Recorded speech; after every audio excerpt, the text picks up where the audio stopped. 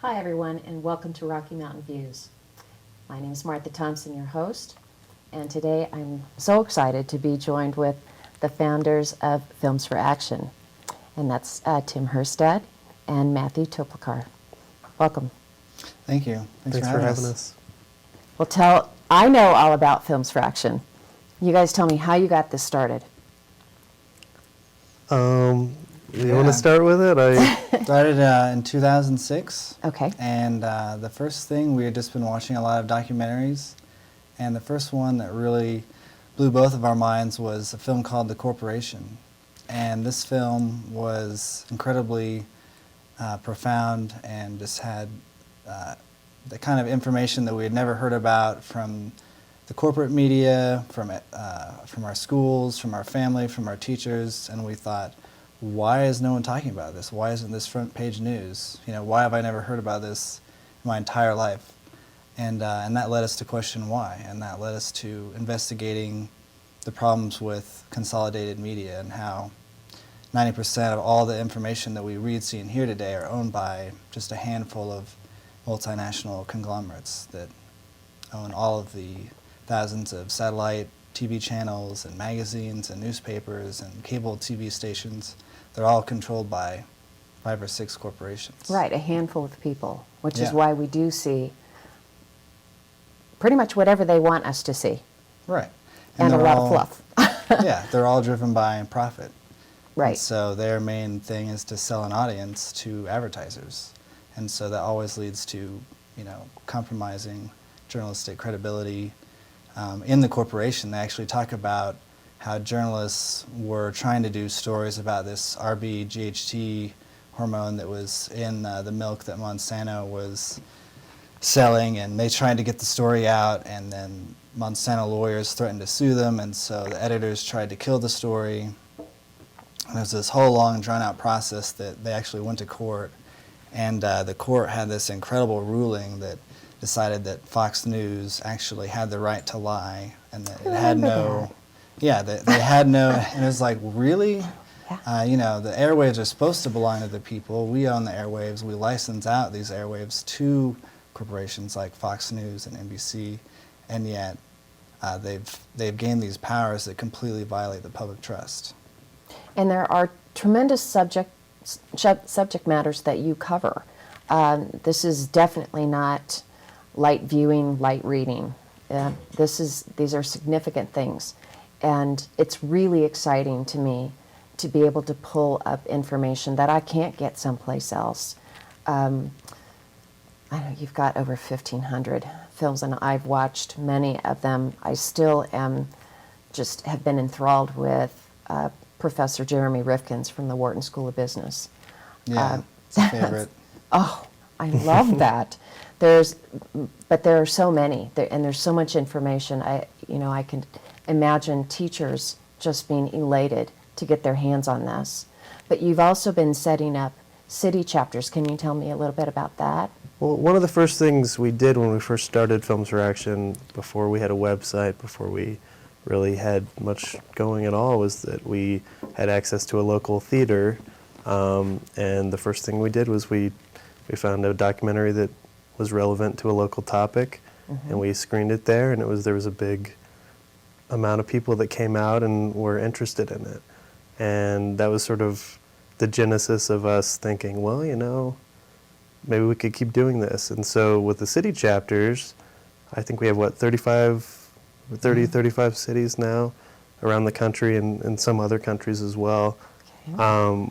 We are able to help people figure out how to screen a movie in a successful way in their hometown.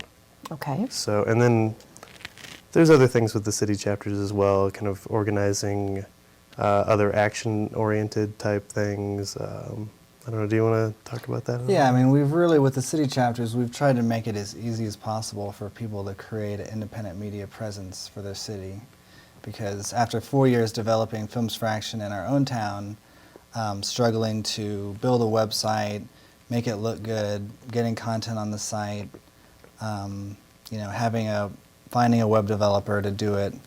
There are all these technical challenges that we went through that we realized that anyone else wanting to do the same thing would be going through too, and that the need for independent media was true everywhere. And so we look for ways to replicate the Films for Action model and make it easy as possible for anyone to create their own Films for Action chapter in their own city with just a few clicks. All the time that we took to develop these tools over the course of a few years can now be replicated, in a few minutes. So it And- doesn't need to be someone's full-time job. They Yeah. can take this on and be even a small part of maybe a group of 4 or 5 people and make Yeah. it happen. It's actually very easy, and that's Great. that's one message that we want people to realize is that it's, getting this information out here is something that anyone can do, and you don't have to be a big corporation to spread information around. We have the internet. We have, we have each other. There's a lot of ways to get this information out here, and we should get it out there. And you'll want to get it out there once you see it for yourself, I think. I can't imagine not wanting to get it out there. I'm anxious to help you get it out there in any way that I can. So we have the option of setting up city chapters. What other things can we do to help you get the word out about this site? Well, just I know it's a huge question. It's not an easy question. Yeah, I mean, just telling your friends and sharing all of our content on social networks. We're really just spreading everything through grassroots. We have no advertising budget. We just through word of mouth. And this is all nonprofit, correct? Mm-hmm, Okay. So you guys that are watching, you need to share it on Facebook, on Twitter, any type of social media that you use. Help these guys get this message out, because the information that you have, it's not, and it's also, I've not found anything that is leaning politically one way or the other. It's factual information. Right. We're a nonpartisan organization, so we don't vouch for any one candidate, and we usually will Great. Find something to criticize about everyone, all political parties. No one is perfect, and No. if we hold up, one party to be perfect, then we create blind spots, and just a lot of problems from not being able to recognize the strengths and weaknesses of any candidate, especially just on issues and individually, rather than just thinking purely in terms of their political affiliation. Well, it also helps us to not get lost in focusing on one character flaw in someone either. Because if we look at our humanity, none of us is perfect. So if we don't get lost in just highlighting that, then we can see the person as a whole. Well, and one- really making it, come to a positive conclusion. Like one criticism we have of the corporate mainstream media, whatever you want to call it, is instead of really focusing on politics or policy, a lot of time what gets focused on is what you might call political gossip. What did this senator Yes. say about this senator, or who's fighting with who, and punditry and all this stuff, and it doesn't really solve anything. It just is drama for people to be entertained by, I guess. But it doesn't really, it doesn't push anything forward in any way. It doesn't educate you. It just is something to, there's a reason it's designed that way. It's easy. Oh, yeah. It's really easy to do. Get two people on who disagree with each other and let them fight it out. And it's also just, it gets ratings. It's entertainment, but it's also kind of destructive in a way. It doesn't. I think it can be very destructive, and for example, we've been dealing with this past couple of weeks the topic of gay marriage in the Supreme Court. In the meantime, I did not see one story about a Monsanto bill being signed, Right. It was completely ignored. because Yeah. all of this distraction was happening out there, and no one got to see, oops, look what just happened. Did you see it Right. on TV? I No. didn't. Yeah. Truth be told, I don't have a TV, but I don't. I'm in the same boat. I don't. I have the internet, but But the coverage Yeah. was not Yeah. there. And again, that really makes me question, when big money is involved, what is put out there. And I want the truth. Right. I don't want to be told what they think I should know. And that's what you offer. You offer the truth in the variety of subjects. Can you go over a few of the different types of films and subjects that you cover? Yeah, we really try to cover everything under the sun related to social change and making the world better. Everything from politics to education to war and peace to media literacy and democracy to permaculture, relocalization, It's outstanding. climate change, energy, the environment. So and solutions, big ideas, we really try to cover the whole gamut of topics that there are. And then, all of the content, there's over 1,500 films on the site, and it's all sourced from other places on the internet, and what we've tried to do is just scan all of the internet and try to find the best stuff and put it all into one place, categorize it by subject, and make it really easy to discover so that it's highly accessible and Easy to digest, or easy to research. If you were interested in a topic, you can find a lot of information on that topic. Yeah, the So, site's very user-friendly. As we discussed when you first got here, I really am not very computer proficient, and I've had no problem That's good. going through Oh, your it's good to site hear, yeah. and able to navigate through it and find what I'm interested in. I would love to know, what is your litmus test for the films that do make it onto your list? How do you decide? We try to follow the same principles that journalists, in theory, are supposed to follow: accuracy, fairness, transparency. Yeah, and yeah, definitely fairness and accuracy are on the top of the list. High on the I would list. say. Yeah, it's incredibly important to fact check things and just the production values. I mean, we have some lo-fi stuff. If it's a really good quality, if the message is good and it's good information, we'll put it up. Money is Debt is a good example of that. Okay. But a lot of times, we look for high quality production, and of course all the feature films are usually of a really high caliber. They're outstanding. And then you have articles that have been written as well. So talk to me more about, because it's not just about films. There's a lot more than videos on your site. Right. Yeah, there's a kind of current headlines section that it's some things that Tim and I or other Films for Action people have written, but most of the time we're also scouring the internet for, wow, this is a really great blog by this person, or wow, this story really gets it right. We need to make sure that people read it and see it and share it. And it's pretty much, all those fit into the different topics, the films that we try to promote as well. So, yeah, I don't know. We have a Take Action section. Oh, and yeah. so we're trying to create a library of all of the best ideas for things that people can do, because that's one of the biggest questions we get asked is, I agree with the film, this is great information, I'm waking up to a lot of these issues, what can I do about it?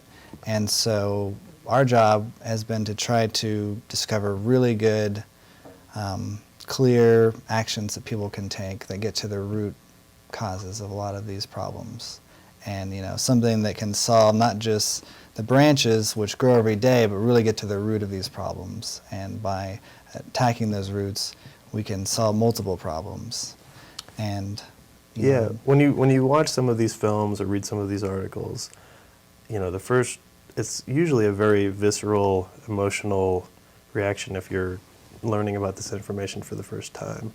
And you can be really inspired, you can be really annoyed or upset by it, and the first thing most people say is, well, what can we do about this? Yes. And so we want to have something, just locked in, ready to go. Okay, here's what you can do, and that, makes it feel like these problems are not impossible to solve. some of them are very hard to solve, but they're not. We don't feel like they're impossible. So, Right. you know, there's a lot that you can do once you find this information out, and one of the things is sharing, like we've talked about before. But there's all Right. sorts of other things as well. If you can't think of anything else, everyone can be the media now. You know, we all have a choice I love that. I love about, that part. you know, especially with Facebook, 700 million people on that network alone. You know, we all have a choice what we choose to share, whether it's cat videos that go viral or really Right, important yes. messages. You know, we have that reach, and now there are Facebook pages and websites that dwarf the reach of the nightly news because the internet has grown to be that influential. And so, you know, one of the big things that I like to stress is the fact that the mainstream media doesn't just ignore a lot of the problems that really need to be addressed. They also ignore all the solutions and all of the creative things that are happening. They ignore all of the movements working for social change. You know, they tried to ignore Occupy Wall Street until it became impossible, and they're forced to talk about it. And there are so many incredible things that people are doing all over the country. People doing amazing things, innovative solutions, things that cities are doing to become more sustainable, things that organizations are doing, and they don't cover those stories. And so when people look on the news, the picture of reality is like this distorted cartoon reality, and it's not even reflecting reality very accurately because it makes you think that people are apathetic, people aren't doing anything, nothing is happening, everything is corrupt and gridlocked. But when you look to alternative media, that's when you really do start to see the inspiring things that are happening and how millions of people are waking up and they're getting involved and they're getting engaged and they're taking action in their communities and they're creating, you know, new economic models. And so it's very You're not the know, only one who cares. you know? Yeah. No, Exactly. there's so many people that care. Yeah. That's why we started this show, because the things that we cover, they don't make the nightly news here. And if I believed everything that I saw on the major networks here, I'd be afraid to leave my home. Yeah. It is just a myopic view of the negative. But what I see that you're doing with Films for Action, what we're trying to do in a very small way here, that it's almost like a resurgence of, I'll show my age here for you guys because I'm a baby boomer, and we weren't afraid of going out and holding a protest. I didn't worry about getting arrested while I was protesting at a nuclear, site. Yeah. But we knew how to organize a protest. We knew how to get the word out about our stance on Vietnam, and we felt that we did have power, just even one person, that we had a voice, and there seemed to have been a lull in that. But I think social media has overcome that, and people are beginning to realize, yeah, you do have a voice. It matters tremendously, and collectively, it's phenomenal. Because Right. there's no time warp anymore here. Everything is right this moment. I agree. Yeah. And when everyone was covering the gay rights issue in the Supreme Court, the alternative media was talking about that. It was also talking about the Monsanto Act, and it's covering what's going on in Afghanistan. That's another Bradley ignored Manning. issue. Bradley Manning. And that's one of the big things that John Pilger wrote this amazing article about how the gay rights issue can be used by politicians as another wedge issue to distract and divide and also gain support, while very cynically terrorizing a gay man that, maybe not a lot of people know this, but Bradley Manning is gay. Mm-hmm. And they declared he was guilty before he even went to trial. And so they've been terrorizing a gay man while also coming out in support of gay rights. And there's just this complete disconnect from what they do and what they say and trying to get support while, he's been in jail for over 2 years now, I think, without even having gone to trial yet. And so Yeah, it's not on the news. it's not on the news, but you will see it on from a lot of activist Facebook pages and a lot of independent media. You know, they'll tell those stories, and they don't have the corporate bias or the influence, you know, to censor that or to just filter it out, because a lot of journalists just self-censor because they know that it'll hurt their careers to try to take on really difficult subjects. Like there's just kind of an Sure. implicit knowledge of what's acceptable and what's not acceptable. Well, they're not going to get printed. It's not going to happen. Well, and it's also a kind of I think a fear of coming off too radical to their editors or to their audience, and you know, just Crazy. yeah, you know, it's We wouldn't have had Woodward and Bernstein if we had that mentality. well, and part of it Yeah. is that what's acceptably the middle is so not the middle. Right. It's so. I mean, I can't say it's completely to the right. It's kind of, you know, it's its own thing. It's a just corporate thing. I mean, Amy Goodman at the National Conference of Media Reform this weekend was saying that mainstream media isn't mainstream at all. It's actually the extreme media, because they don't represent the vast you know, population of America that agrees on a host of issues, left and right. There's a lot of agreement there, Absolutely, there is. but the corporate media reflects very fringe opinions and perspectives. You know, Amy Goodman mentioned that on the eve of the Iraq War 10 years ago, there was 400 roughly interviews about the war, about 2 weeks before the lead up. And at that time, publicly, about 50% supported the war and 50% didn't. But when you looked at the interviews on corporate media, of the 400 interviews, only 3 featured anti-war voices. I'm not surprised, and I'm also, you know, very aware of that. It also makes it newsworthy if there's somehow that it's, I don't know, things are created so that it is divisive, so that we are fighting with each other over minutia, although we agree on the core, you know, and what Yeah. an incredible waste of time, and we don't get anything done. Right. They cover a lot of things, and they try to hype up the differences between the two parties, but they're very similar when it comes to economic issues and a host of other issues. It's really only the social Foreign stuff. policy. Yeah, on foreign policy and economics, they're virtually the same. most of the time. I mean, yeah. Yeah. It's kind of sad. I don't know. It's Well, you know what? I think that I think that you'd written about this on your site, where you know you can either read it or watch these things and become disillusioned and depressed, or you can say, you know what?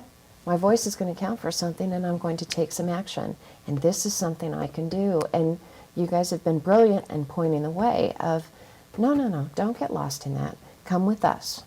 Right. Let's try this. Get your hands dirty. Just Yeah. get involved. Yeah, and as that's, soon as you start doing something, you'll feel better about it. And believe me, I've gone back and forth so many times of feeling really cynical and feeling very kind of, I don't know if depressed is the right word about the world in Right. general, but kind of negative, in the negative realm. And then, like Tim says, you meet these amazing people who are doing these things, and it's really inspiring, and it makes you want to do it yourself. And even just doing the slightest thing, you feel like you're a part of the community, the bigger community, Absolutely. that much more. I don't even think it's depression as much as it is a sense of powerlessness. I don't think there's That's anything true. worse than that. right. And I think that a lot of the sadness that I think a lot of people can feel, or apathy, is the conflict between their dreams and their beliefs of what matters, and then the reality that they're living.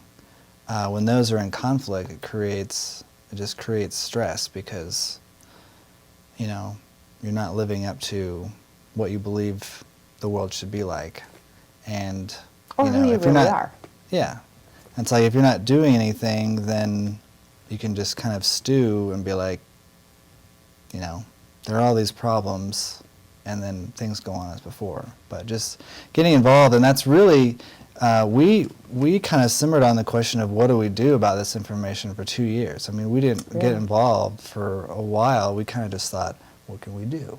And it was really at a certain point that we thought, well, no one knows about this, so let's host a film screening. And that's a way that we don't have to wait for the corporate media to reform or to start magically reporting on the public interest. We can just be the media ourselves. Right now, we don't have to wait on anyone or anything. We can buy a DVD, find a venue, get it set up, get flyers out, send a press release to the media, get the word out, get an audience of people to come.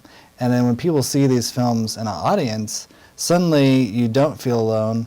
You see, you've got 100 or 200 people in a room that are all having the same experience, and suddenly you're all on the same page.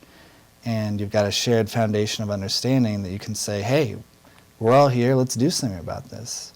And that's usually, that's why we call ourselves Films for Action. It's because you see the film, you want to take action, you've got this great community of people that are all jazzed up to do something, and you're like, well, here, let's do it, let's do Let's take something. this. And archaeologists and sociologists have been saying for a very long time that we had become lost in thinking that our basic nature was a spirit of competition. Our basic nature is the spirit of cooperation. I think it is too. The animals have known this. They're a lot smarter. They never got lost in competition. You know Right. what? When you see a flock of birds flying, they take turns taking the lead and taking the heat. And when one gets tired, they move, but they go together. Right. We can all do this together. And that's what you're doing. And so again, if you're watching this, get onto their site. It's filmsforaction.org. Contact them, write them, tweet about it. Get on, help me out, guys. What else, what other kind of social media can we? Facebook and Twitter. And I should add that anyone can add Pinterest. content to the site. It's a completely community-powered website. Okay. Anyone can add content, and the whole community works together to rate content. So we're all the editors. Everyone can rate things to help filter the content higher or lower on the site. So we really hope people will get involved and consider starting a city chapter. All right, well, let's start with getting one in Colorado. Folks in Denver, Boulder, I know you can do that. Let's make this happen. And again, guys, thank you so much for being here today. I've been looking forward to this for a long time, and your site never, ever disappoints. Thank you. Thank you Thanks so for much. having us. Thanks for having us. It's been a pleasure.